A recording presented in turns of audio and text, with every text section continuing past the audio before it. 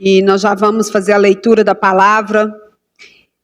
Eu vou ler na versão NVT, pelo meu celular aqui. Eu acho que ela traz uma abordagem mais clara, mas você pode acompanhar aí. Amém? 2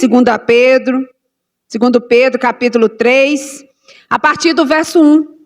O título está assim: o dia do Senhor se aproxima. Amados, esta é minha segunda carta a vocês, e em ambas procurei refrescar a sua memória e incentivá-los a pensar com clareza. Quero que se lembre do que disseram os santos profetas muito tempo atrás e do que ordenou o nosso Senhor e Salvador por meio dos apóstolos que lhes enviou. Acima de tudo, quero alertá-los de que nos últimos dias surgirão escarnecedores que zombarão da verdade e seguirão os próprios desejos, dizendo: o que houve com a promessa de que ele voltaria? Desde antes do tempo dos nossos antepassados, tudo permanece igual como desde a criação do mundo. Eles esquecem deliberadamente que Deus, por sua palavra, há muito tempo, criou os céus e a terra seca, que fez surgir em meio às águas. Depois, com água, destruiu todo o mundo antigo no dilúvio.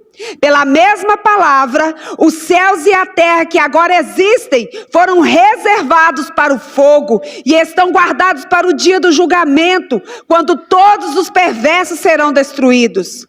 Logo, amados, não se esqueçam disto. Para o Senhor, um dia é como 1000 anos e 1000 anos como um dia. Na verdade, o Senhor não demora em cumprir a sua promessa, como pensam alguns. Pelo contrário, Ele é paciente por causa de vocês. Não deseja que ninguém seja destruído, mas que todos se arrependam. Contudo, o dia do Senhor virá como um ladrão.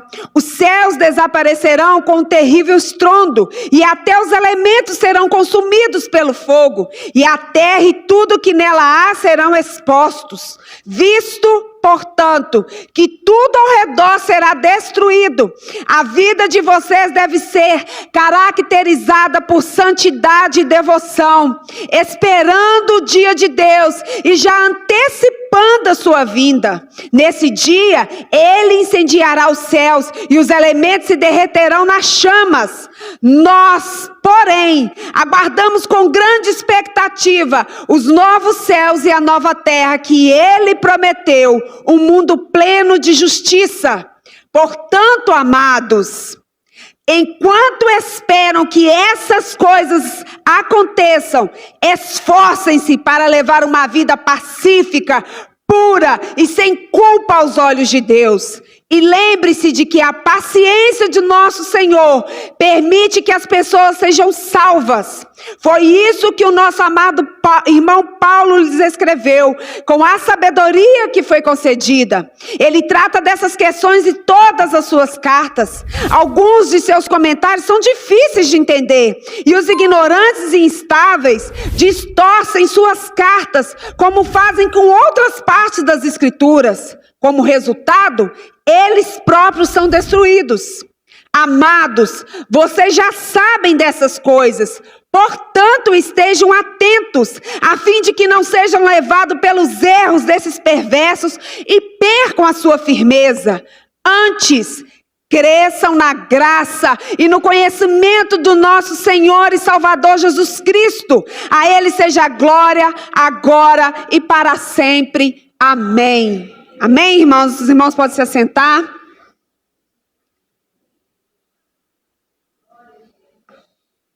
É um culto de missões. E eu estou aqui ao convite do Ministério de Mulheres. E eu disse ao Senhor: Deus, a nossa igreja ela é uma igreja missionária. É um assunto inesgotável, porque ele é bíblico. E nós já falamos tantas vezes aqui sobre o ID, sobre o fazer discípulo, sobre fazer missões fora, sobre fazer missões dentro, sobre fazer missões no lar, no trabalho, na rua. Nós já falamos e abordamos esses assuntos. E eu disse ao Senhor em oração, falei: Deus, traga uma mensagem ao nosso coração, para que a tua igreja ouça e veja sobre missões.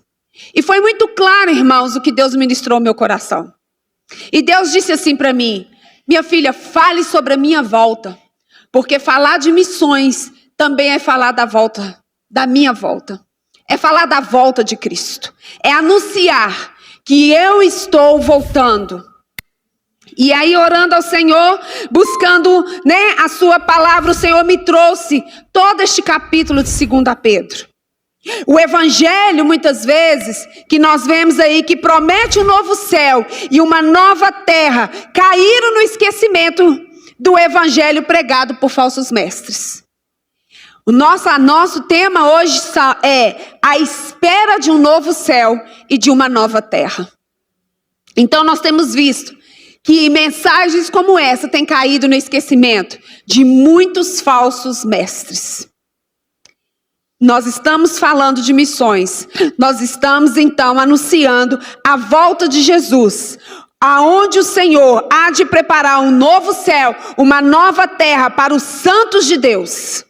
E que devemos permanecer firmes e irrepreensíveis quando formos achados por Ele. Pedro conclui esta carta, e não somente esta, como a anterior, trazendo e fazendo exortações que são oportunas para nós hoje. E nós vamos meditar em algumas dessas exortações. Então eu quero te convidar que, se você fechou a sua Bíblia, você abra a sua Bíblia, porque nós vamos acompanhar em versículos. Então, entre o versículo de 2 Pedro 3, 1 e 2, esse versículo traz à nossa memória os mandamentos e promessas do Senhor. Pedro relata que nessas duas epístolas, ele não apresenta um evangelho novo, mas procurou despertar com lembranças a mente dos cristãos, a fim de que recordassem o que já estava escrito pelos profetas, bem como o mandamento do Senhor ensinado pelos apóstolos. É isso que o verso 1 e 2 está trazendo para nós. E o que nós aprendemos com isso? Que nós devemos nos voltar para a palavra de Deus em todo o tempo. Ter a nossa mente esclarecida e conformada de acordo com a palavra. E em aplicarmos ao estudo dela para trazer à nossa memória as promessas do Senhor. Irmãos, nunca foi tão taxativo, e o pastor Onésimo disse aqui, nós estamos vivendo dias apocalípticos, escatológicos, tão óbvios. E eu já disse isso aqui, e outros irmãos que passaram aqui também falaram, que até o ateu está crendo. Até o descrente, está crendo que Jesus está voltando. E a minha pergunta para nós hoje, você realmente crê que Jesus está voltando? Você crê realmente? Porque além de nós aqui como igreja, como família, como a Soninha ministrou hoje pela manhã, somos uma família. E neste momento nós estamos vivendo tempo, já tem mais de mês, que nós estamos chorando com os que choram. Nós vivemos tempo de alegria, nós também nos alegramos. Mas já há um bom tempo nós estamos chorando com os que choram. Porque nós somos igreja, somos família. E nós nos voltamos para a palavra de Deus. E nós precisamos entender, porque a Bíblia diz isso. Pedro está dizendo isso aos irmãos. Eu estou lembrando a vocês. Eu estou trazendo à memória de vocês o que foi dito pelos profetas e pelos santos apóstolos sobre a volta do Senhor Jesus, sobre o dia que se aproxima. A segunda coisa que ele nos traz é que surgiriam falsos profetas, os escarnecedores da fé, está do verso 3 ao 13. Nos últimos dias surgiriam os escarnecedores, ou seja, aqueles que zombariam, da fé sobre a volta de Jesus. Essas pessoas são entregues às suas próprias paixões e colocam em dúvida a volta de Jesus. Fazem até piada.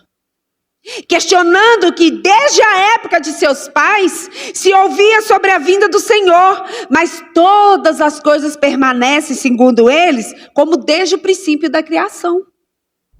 E assim como Deus enviou dilúvio sobre o mundo dos ímpios, porque Deus é amor, mas Deus também é justo.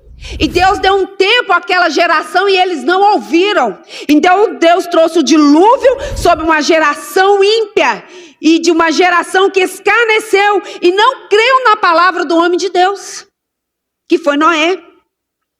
Certamente Deus cumprirá o seu derradeiro juízo na destruição dos homens ímpios. Deixa eu te dizer, Deus vai destruir aquele que não crer nele e vive na prática do pecado. Deus vai. É isso que a palavra está nos dizendo. E aí o julgamento, daqueles que zombam da nossa fé na volta do Senhor, o julgamento na sua demora, da sua vinda, é feito por muitos. Pedro então alerta que um dia para o Senhor é como 1000 anos, e 1000 anos como um dia. Deus, portanto, não retarda a sua promessa, mesmo que alguns a julguem demorada. Pelo contrário, Ele é longânimo. Longânimo. Irmãos, nós vivemos dias em que os escarnecedores da fé triplicaram. Pessoas que zombam da nossa fé, fazem o que querem com o nosso Cristo, zombando dele, do seu sofrimento na cruz, da sua obra salvífica, e achando que vão ficar por isso mesmo. A Bíblia diz que Deus não se deixa escarnecer. De Deus não se zomba. De Deus não se zomba. E aí, se já no tempo antigo, eles já diziam assim, aonde está a vinda desse seu Senhor, que desde a época dos seus pais já diziam, já pregavam, e todas as coisas permanecem, desde a criação. Esquecem que Deus levantou um homem e disse para ele construir uma arca e pregar, e esse homem creu, construiu e pregou, mas eles não creram, escarneceram, e a Bíblia diz que eles bebiam e zombavam, casavam-se e davam-se em casamento, seguiam a sua vida, e Noé construindo a arca. E o juízo de Deus veio sobre uma nação ímpia, escarnecedora, imoral, que não creu. E uma família foi salva. Uma família. E aí o texto diz que por meio o mesmo Deus que criou os céus e a terra, que trouxe o dilúvio, que depois a água se foi, a terra se tornou seca novamente, e nós hoje estamos aqui sobre essa terra, ela derreterá e arderá sobre o fogo, sobre o juízo de Deus. Sobre uma geração ímpia. Então, enquanto o mundo está escarnecendo da nossa fé, enquanto o mundo está dizendo, esses crentes são doidos, desde quando eu era pequena, e a gente escuta pessoas dizendo isso, Jesus está voltando, Jesus está voltando, Jesus está voltando, e Jesus não volta, e eles ficam aí falando que Jesus está voltando. Deixa eu te dizer, irmãos, isso não é para nós, igreja. A vinda do Senhor, ela é real. Se você crê no céu, você também tem que crer no inferno, porque o inferno é real. E o Senhor nos alerta que o dia do Senhor se aproxima. E quando o Senhor ministrou isso no meu coração, foram tantos acontecimentos, eu falei, Deus, é para a gente entender mesmo que o Senhor está vindo.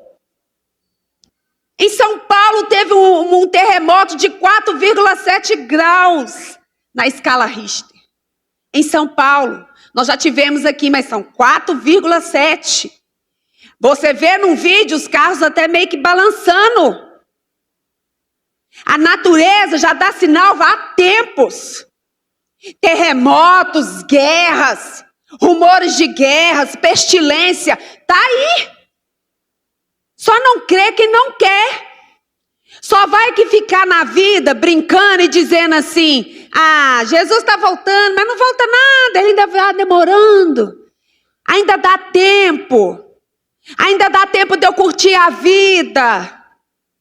Olha o que a palavra de Deus diz no versículo seguinte: a longanimidade de Deus, ela não é um atraso como muitos julgam.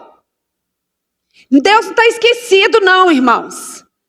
Deus não está esquecido. A longanimidade, ela não é um atraso, mas ela é um tempo de misericórdia para nós.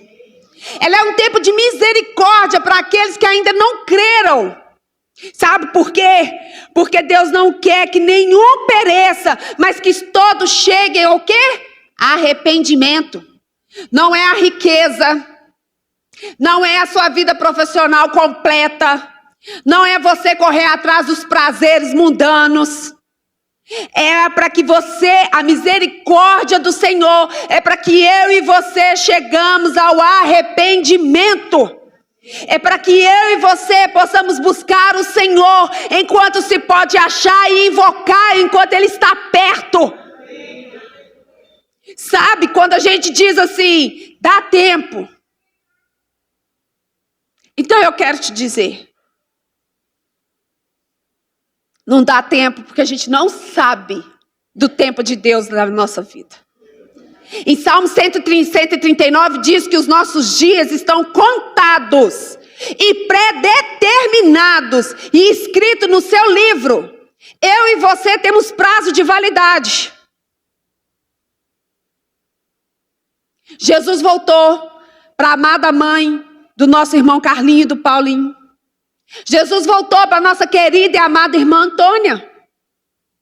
Jesus voltou para a nossa amada irmã Glória, mãe da Renata. Jesus voltou para a nossa amada mãe do irmão Roberto. Jesus voltou agora para o nosso irmão Luizmar, filho da irmã Maria José. Jesus volta para alguém todo dia, meu irmão. E a gente, na nossa soberba e orgulho e vaidade, dizemos assim: ah, não, dá tempo de eu fazer tudo que eu quero para depois eu me consertar com Cristo. Depois eu volto para os caminhos. Ah, não, eu estou na igreja, como foi muito bem apresentado aqui, eu vou nos cultos todos os dias, mas dá tempo para aquela mágoa que está aqui comendo o meu coração, eu deixar para perdoar lá para depois. Sabe a dívida que eu tenho, com o nome sujo, vou dando calote nos outros? Dá tempo de eu consertar. Sabe, quando eu junto com um, com o outro, estou falando mal dos outros, estou falando mal, dá tempo depois de eu parar com isso. Deixa eu te dizer, não dá tempo não. É agora, é hoje. O dia do perdão é hoje, irmão. O dia do conserto é hoje, irmão. O dia de abraçar é hoje, o dia de falar eu te amo é hoje, o dia de largar o vício é hoje, o dia de largar a pornografia é hoje, irmão. O dia de largar o adultério é hoje. Deus te trouxe aqui para te dizer, eu estou voltando e o dia é hoje. Porque Jesus pode voltar para mim agora, na hora que eu sair daquela porta ou aqui em cima do altar. Como está a sua vida? Como está a minha vida, irmãos? Muitos julgavam a vinda do Senhor demorada. Muitos estão julgando a vinda do Senhor demorada. E as coisas estão acontecendo dia após dia. O Senhor tem se revelado a nós, irmãos. E eu quero te dizer, Deus não é bobo. Deus é justo. Deus é amor, mas é justiça. Deus é santo. E Ele não recua em nenhum dos seus atributos. A longanimidade de Deus é graça sobre a minha vida e sobre a sua vida, para que a gente coloque a nossa vida em ordem. Para que o ímpio possa alcançar a graça de ser salvo. Mas como que isso vai acontecer? Não é um culto de missões? Então eu quero te dizer, abra a tua boca e fala para o ímpio que Jesus está voltando. Pregue para o seu familiar, Jesus está voltando. É isso, irmãos. Não tem meio termo com as coisas. Jesus está voltando. E aí do verso 10 ao 13, nós vamos ver assim: o dia do Senhor virá como ladrão. A vinda do Senhor aqui comparada com a vinda do ladrão, não será no sentido dela ser silenciosa. Não, porque ela não vai ser. Mas em que não sabemos nem o dia e nem a hora que ocorrerá. O ladrão te avisa quando ele vai te assaltar? O ladrão te avisa quando ele vai entrar na sua casa? Não. Então é assim a volta de Cristo. Nós não sabemos nem o dia nem a hora, mas nós sabemos que Ele virá. Ele virá, e esse dia será estrondoso e espetacular. Então, irmãos, nós devemos esperar com esperança e apressar a vinda do dia do Senhor. Como que eu posso apressar? Vivendo, né? Como que eu posso apressar a vinda do dia do Senhor? Vivendo de forma santa e piedosa, que quer dizer devotada, ali firme, também pregando o seu evangelho, proclamando que ele virá, ansiando pelo lar de justiça que ele nos preparou. Apressando, irmãos. E a gente se apressa pregando o evangelho a toda criatura, pregando o evangelho a tempo e fora de tempo, em todo lugar, para quem você vê na rua, pregue o evangelho, para que o Senhor Jesus volte. Então, ao esperarmos, a quarta exortação que nos leva a meditar, ao esperarmos pela sua promessa de novos céus e nova terra, nós devemos ser encontrados de uma forma. O Senhor espera encontrar a minha vida, a sua vida, a igreja do Senhor, de uma forma, qual é? Irrepreensível. Em nossa conduta, em paz, em santidade, sem mácula, pois a expectativa da segunda vinda de Cristo é um freio contra o pecado. Se você tem temor, e se você espera a vinda do Senhor Jesus, você tem consciência que você precisa ser achado, encontrado de forma irrepreensível. Sabe, que Deus, o Espírito Santo, traga a nossa memória. Ele virá como ladrão. Ele não tem aviso, não tem dia nem hora marcada. Ele virá. Então eu preciso estar em vida de santidade. Em paz, irmãos. Em paz. Em paz comigo, com meus irmãos, com a minha família, com quem eu trabalho. Em paz. Em paz. Na minha conduta, ela tem que ser irrepreensível, porque através da minha conduta eu anuncio o Deus que eu sirvo. Através da minha conduta eu falo o Deus que eu sirvo. Por isso que viver na expectativa da vida de Cristo, ela é um freio contra o pecado. E é um estímulo a vivermos em santidade. Seja santo. Como eu sou santo, assim diz o Senhor, seja santo, para de ficar com picuinha, para com as imoralidades. O mundo é imoral, o crente não. Nós não podemos ser imorais. O mundo quer viver no gozo, na promiscuidade da sua carne, do seu bel prazer. Nós não, nós cristãos não. Nós negamos a nós mesmos para servir o nosso Deus. Nós não fazemos mais isso, irmãos. Isso era de um tempo que estávamos nas trevas, agora nós já estamos na luz. Nós precisamos aceitar a verdade de Deus. A verdade de Deus é aqui, ó. Palavra pura e genuína. Por quê? Porque nós não podemos aceitar que falsos ensinos por meio de heresias, onde os falsos mestres usam versículos separados, fora de contexto, distorcendo o significado das escrituras e criando doutrinas contrárias à palavra de Deus. Irmãos, Paulo já dizia isso, Pedro está dizendo isso, que Paulo ainda com palavras difíceis pregava, e alguns pegavam esses falsos mestres e distorciam, pegavam uma palavrazinha, um versículozinho e falavam outra coisa, e criava-se heresias. Sabe qual é a maior heresia pregada na nossa atualidade? Que o inferno, ninguém vai para o inferno. O universalismo prega que todos serão salvos. Até os demônios. Até os demônios. Mentira!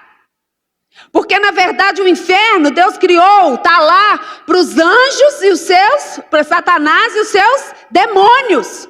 Mas aquele que não crê no Senhor Jesus, não mudar de vida, não se arrepender, vai para lá.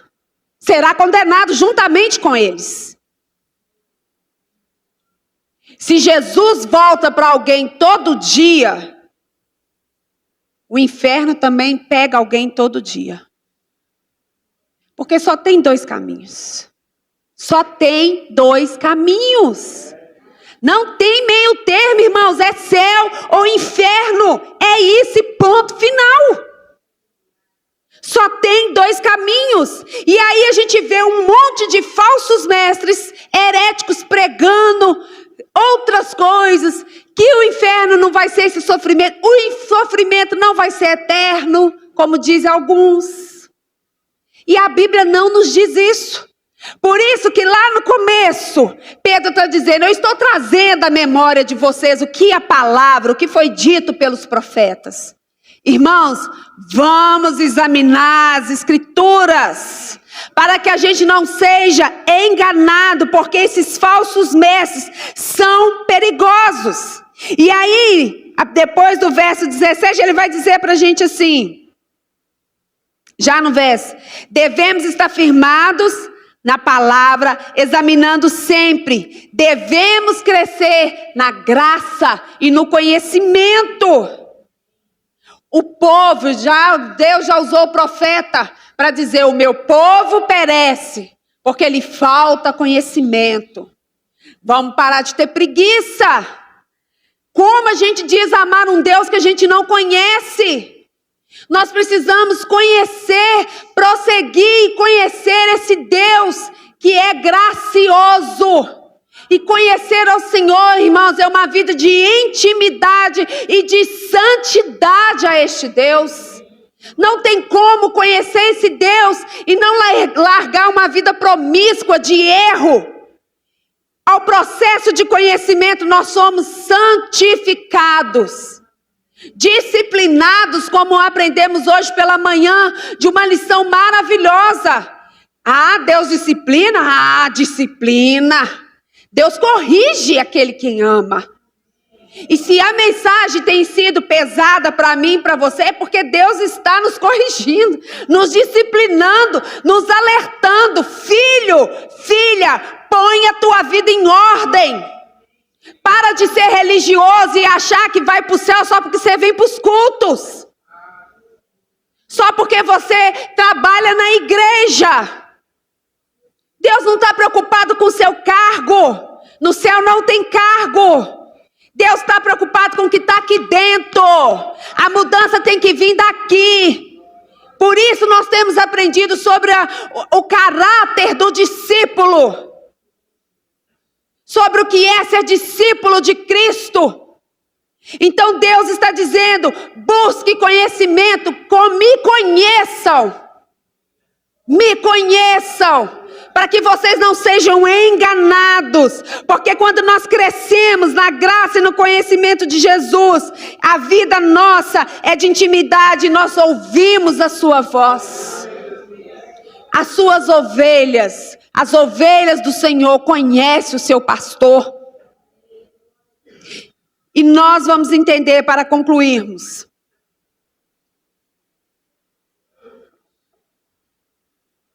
Jesus virá. Você crê nisso? Jesus virá. Ele virá outra vez aqui. E Ele nos levará com Ele. Então viva todos os dias da sua vida, aguardando a sua vinda, irmãos. Vamos desligar das coisas terrenas, porque a gente às vezes está muito terreno. É triste demais, irmãos. A gente vai perdendo uma vida atrás da outra e vai vendo. Às vezes o coração angustia. Sabe? Mas nós cristãos, nós não podemos ter medo da morte.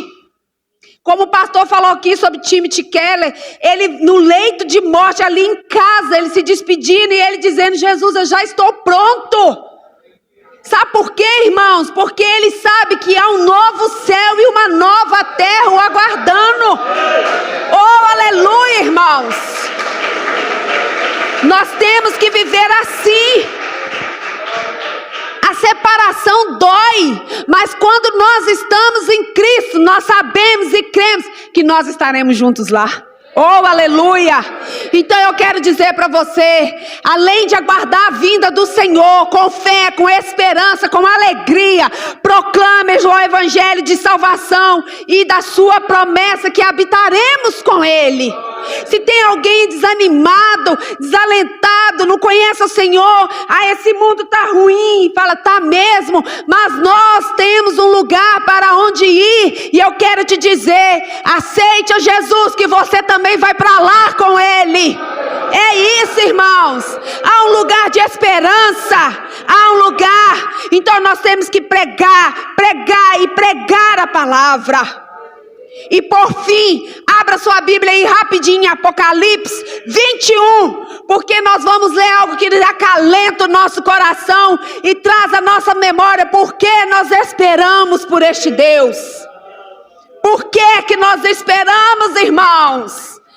Nós não somos daqui. Nós não somos daqui, ainda que haja dor, ainda que haja tristeza, ainda que haja doença, enfermidade, ainda que haja violência, mas isso vai passar, porque o nosso lugar não é aqui. Em Apocalipse 21 diz assim, oh aleluia, vi novo céu e nova terra, pois o primeiro céu e a primeira terra passaram, e o mar já não existe. Vi também a cidade santa, Nova Jerusalém, que descia do céu da parte de Deus, ataviada como noiva, adornada para o seu esposo.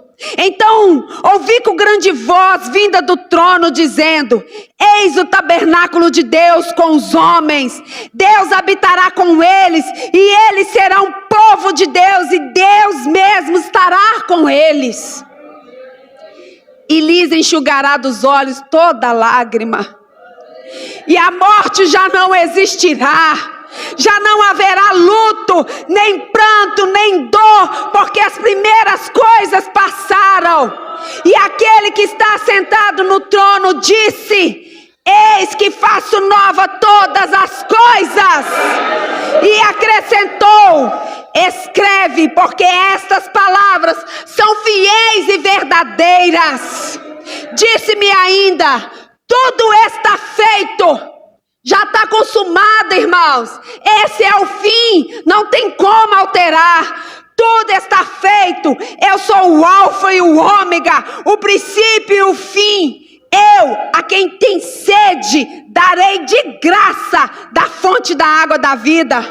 O vencedor herdará estas coisas, e eu lhe serei Deus, e ele me será filho.